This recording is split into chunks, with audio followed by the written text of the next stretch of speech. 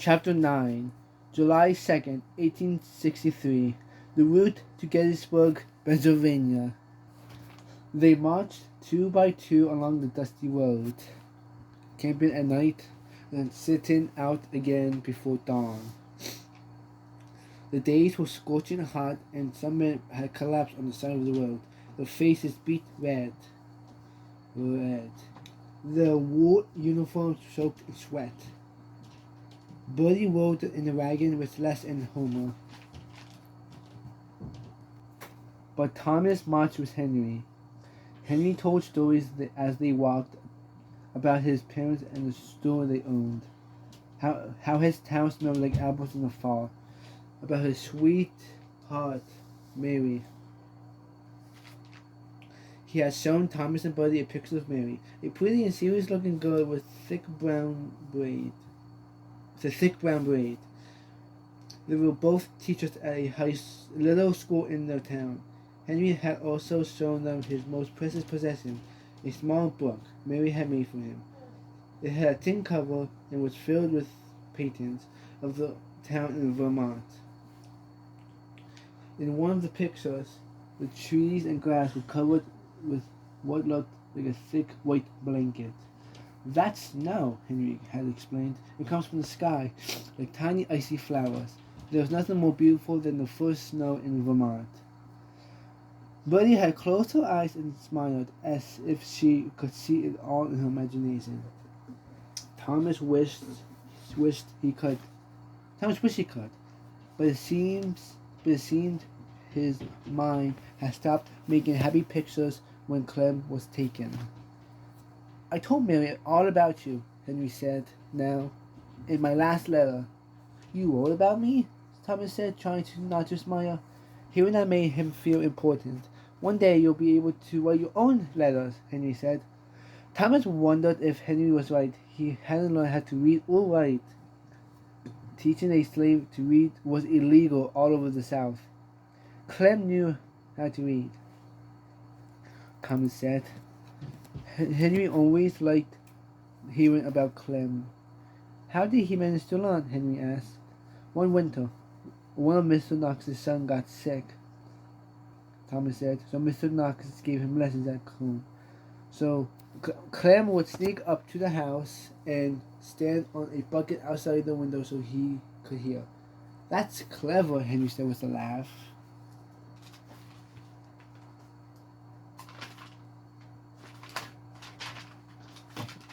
Thomas remembered how Clem would stay up late into the night. He burned a candle so he could practice scratching letters into the dust, he told Henry. Some mornings, Thomas woke up and the entire floor of the shack was covered with words, as though Clem had spelled out all of his dreams. But then Mr. Knox caught him. He noticed that Clem wasn't in the fields when he was supposed to be, and he found him up at the house. His ear close to the window, he saw all the words written in the dirt. "What did he do?" Thomas glanced at Henry. He hadn't meant to tell this part. He tried never to think about it. He whipped him. Thomas closed his eyes, trying to stop the flood of memories. The thwack of Mr. Knox's whip. Clem's shouts of pain. The sight of Clem's blood-soaked shirt. Ooh, jeez. Clem couldn't walk for 2 weeks. "For learning to read?" Henry said, his eyes blazing with anger and shock. "Yes, sir," Thomas said. They marched quietly for a moment, and then Henry turned. He put his hands on Thomas's arm. "There are plenty of bad people in the world," he said. "Too many to count, but there are good people too." "I know that," Thomas said, looking around at all of the men. He had found out that over these past 2 weeks,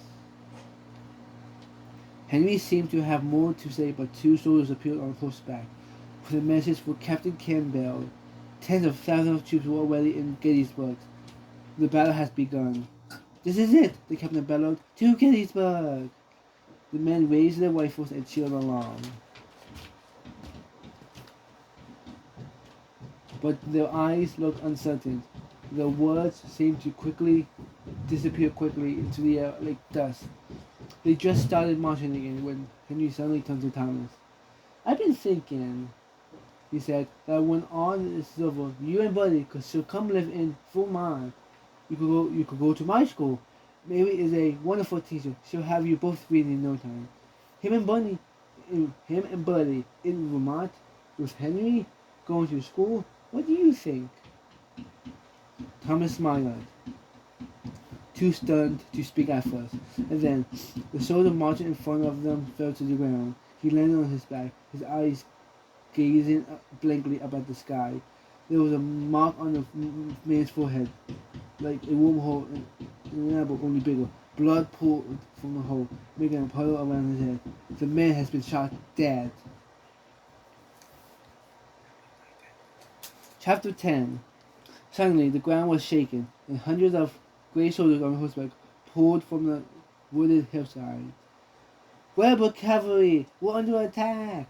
Henry grabbed Thomas and dragged him back into the grass, throwing him onto the ground, so hard that the air was knocked from his lungs. Line up! Captain Campbell shouted. Thomas had watched the men draw back at the camp. They practiced for hours, lining up in different battle formations, shooting at targets hundreds of yards away. During drills, they sometimes smiled and joked as they marched, tossing their hats into the air and catching them with the sharp metal tip of their bayonets. This was nothing like the drills. The men were dead serious.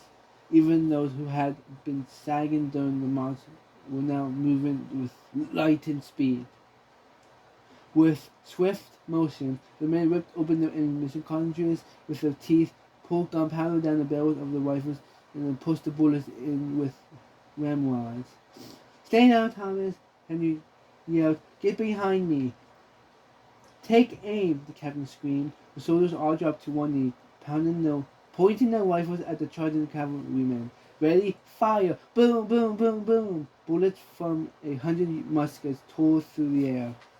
5 rebel soldiers fell from their horses, tumbling onto the ground, rolling down the hill. Reload and fire at will, the captain shouted. Within seconds, the men had their rifles reloaded.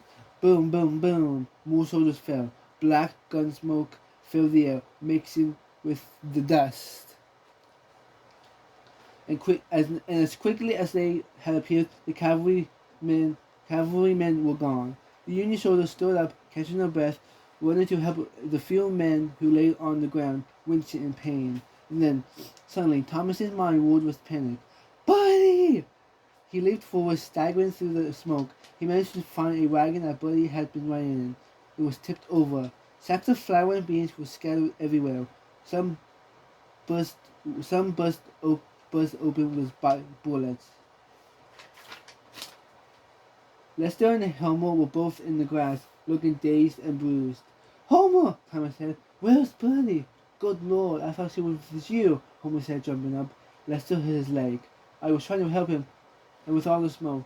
Thomas looked all around, praying he see Buddy running across the field, calling his name. But she was nowhere to be seen. Soon, dozens of men were looking everywhere for her. They searched other wagons. They combed through the tall grass. Finally, Thomas and Henry crossed the road and walked to the edge of the woods. Something caught Thomas's eye, something small lying on the ground. It was Buddy's doll.